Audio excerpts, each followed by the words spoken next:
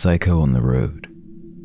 This happened in 2006 when I was 13. My family was living in a small town in northern Sweden, and we had a little cabin about an hour and a half away where we would spend every summer.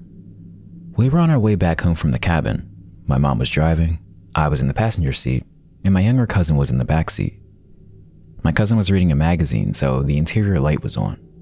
It was late in the evening, and we had just left the highway to take the small country road that would lead us back to our town, and there were very few cars in the area. At some point, we noticed that the car in front of us was driving erratically, very slowly, and swaying left and right. My mom got annoyed and concerned, thinking it might have been a drunk driver, so she passed the car and it disappeared behind us. After a while, that same car came back from behind us, now driving much faster and tailgating us. This went on for a few miles, and we didn't think much of it until it passed us and stopped completely around 15 meters in front of us. My mom, of course, also stops the car. We could see a man exiting the vehicle, and my mom pulled the window down, thinking maybe there was something wrong with our lights or something, and he wanted to let us know. He starts walking towards us. It was too dark to see him clearly at first, but once he got closer, we saw he had a baseball bat in his hand, swinging it back and forth menacingly, with a wild expression on his face. For a moment, we all just froze and tried to process the situation. Thankfully, my mom snapped out of it and floored it past him. As she tried to gain as much distance as possible, she handed me her cell phone to call the police. She remained focused on driving while my cousin cried hysterically. Meanwhile, terrified and confused, I tried to explain to the police what just happened. Luckily, they had a patrol car not far from us, which was unusual since the area was so rural and there weren't many police stations around. They told us to keep driving until they met us a few miles ahead. We were all relieved when we reached them, and my mom pulled over to explain what happened and tell them that man's license plate number. They then escorted us safely home. We heard from them a few weeks later, and all they could find out was that the vehicle was stolen, and we never heard from them again.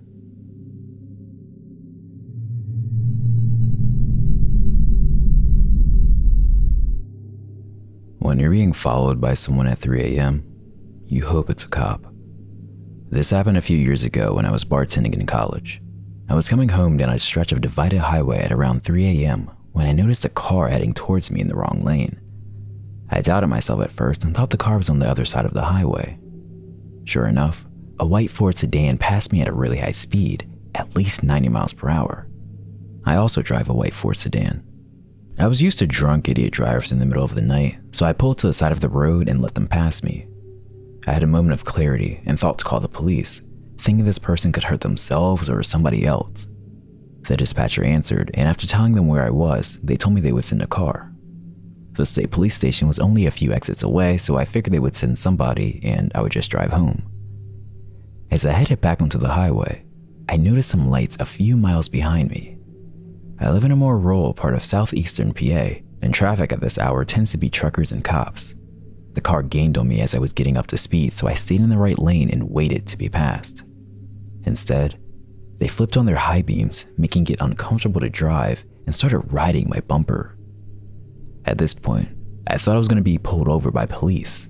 I drive a white Ford sedan and had just called about a different white Ford sedan, so I grabbed my registration from my glove box.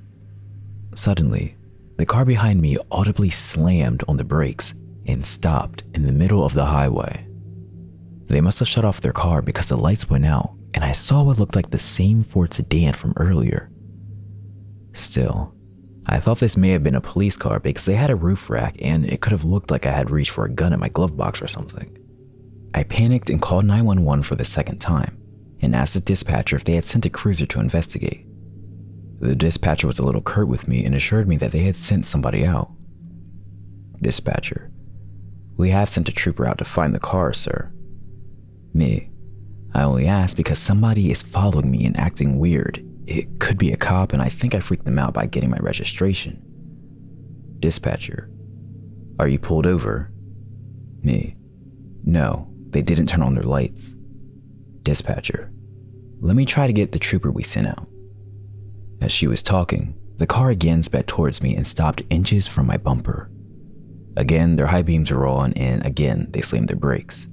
I told the dispatcher, "I'm pretty sure this is not the police behind me." While on my bumper, they began laying on the horn. Hearing this, the dispatcher asked me what was happening. I told him all the noise was the car behind me and I don't think it's a cop. They said they'll try to get the trooper again, but they don't think it's them behind me either. For some reason, this is what shook me. Before that, I was thinking I would get pulled over and maybe get a ticket. Up until then, I was going to the speed limit and trying to avoid getting pulled over.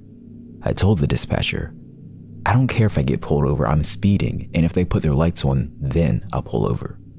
I started to accelerate, and the person behind me just kept up with me. The speed limit was 55, and they kept on my bumper the entire time, but this time, they were swerving. I tried to signal for an exit, then bail on it, but they followed.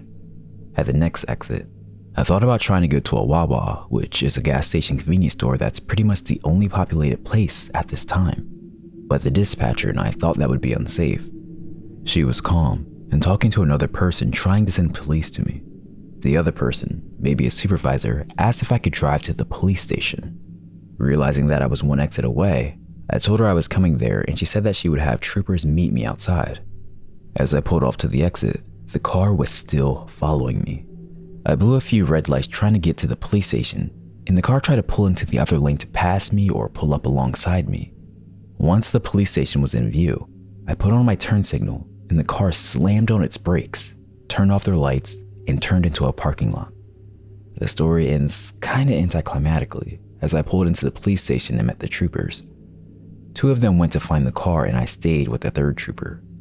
I think the dispatcher and her supervisor, and was escorted home by a state trooper. I can only assume the person didn't get caught.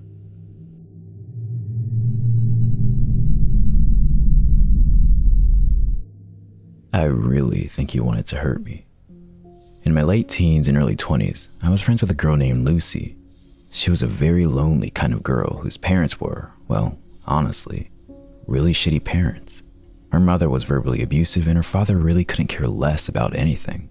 Because of the lack of love in her life, Lucy searched through dating sites for love and comfort from strange men, and she wasn't afraid of meeting them face to face, even if they'd only been chatting for a few days. My friendship with Lucy was a strange one. I found her quite annoying sometimes, but I also felt bad for her because of her loneliness and lack of friends and love in her life. Sometimes I really didn't want to hang out with her, and some days I would accept her offer to hang out. When it was just her and I together, she was normal and okay to be around, but also very appreciative of having someone giving her attention. We had a small group of friends and she would try to get all of us together as often as possible, and honestly, the whole group together was really fun. When we were all together, Lucy was very hyper and you could just tell that she was happy to be around people who didn't insult her as her mother does. Suddenly, Lucy tells us she has a boyfriend. We were all surprised because we knew she met a lot of guys online, but we had never heard her say she was dating someone. A few days later, she sets up a day for our friend group to meet Trevor. None of us were looking forward to it because we thought he was going to be just like all the others, a temporary boy toy. When we met him, we all felt awkward. He barely spoke a word. He wouldn't look directly at any of us at all. Lucy would try to be funny, but he would just give her dirty looks. Needless to say, we thought he was a weird one and could tell he didn't care much for her. As the days went on, Lucy kept telling me how much Trevor did not like me. This was weird because I'm always polite, respectful, and I smile a lot at everyone. But for some reason, he didn't like me. She kept saying he thinks I'm using Lucy for her money. Not sure how he thought that since I paid for everything for Lucy. To keep this short, I think he was just trying to find reasons to convince her to get rid of me. I got a terrible vibe from Trevor. He dressed like he didn't care about life. He never smiled. He didn't shake our hands when first meeting us, and overall, there was an uncomfortable feeling about him. After months of Trevor trying to convince Lucy that I'm a terrible friend and she should not hang out with me anymore, she started to do as he said. She would start to hide me from him. If she and I were together and he would call her on the phone, she would lie and say I wasn't there. If she was with the group of friends, he would have her swear I wasn't there. When he was going to be joining the group on an outing or just hanging out at her place, she would tell me I couldn't come. Lucy would do whatever a boyfriend says just to keep pleasing them so she doesn't lose them. Now, here's where it gets scary. Lucy calls me one day and says she wants me to come hang out at her place. I agreed. She came to pick me up, we went to her house and watched TV for a bit. We then decided since it's a nice day outside, we would take our 2 dogs for a walk to a nearby park and would return to her house later to have lunch together. While at this park, she receives a phone call. Now, let me say that Lucy is not a private person whatsoever and has never, ever walked away to answer a phone call until this day. She walked far enough away that she knew I would not be able to hear anything she said.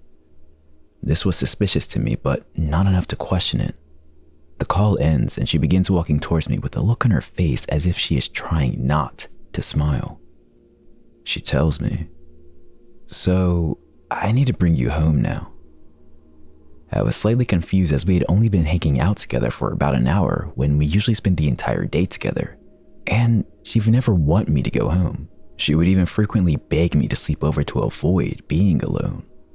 So, anyway, I said okay, and we walked to drop off our dogs at home, and we got into her car and off we went. About 10 minutes into the car ride, I realized she isn't going in the direction of my house, so I questioned it. "Where are we going?" She smirked, but didn't respond. I asked again, laughing uncomfortably. "Seriously, where are we going?" She continued to smirk, but didn't want to answer me. I started to realize she was heading in the direction of where her boyfriend lived. Oh, fuck no. I asked one last time with anger in my voice, "Where are you taking me?" Her only response was unnerving. "Trevor wants to talk to you." No, I wasn't having any of this. I insisted and demanded she let me out of the car, but with her weird-ass smirk and same response, she said it again. "It's okay. He just wants to talk to you." I was furious at this point because this creepy guy who looks like he wants to kill someone also despised me and wanted to talk to me. Why can't he talk to me on the phone? Why do I need to go to a sketchy-ass apartment? She absolutely refused to let me out of the car. She had the doors locked, as if I wasn't able to unlock my own door. I waited until she reached a red light. I grabbed her wallet from the back seat, took out her bus pass, and bolted out of the car. I had no idea where I was or where the nearest bus stop was, but I was not about to let her crazy-ass boyfriend do whatever he wanted to me. She yelled for me to get back into the car, but of course I ignored her. She sped off furiously. I immediately blocked her number on my phone. I removed her as my friend on social media and warned the friend group not to talk to her because she has gone nuts.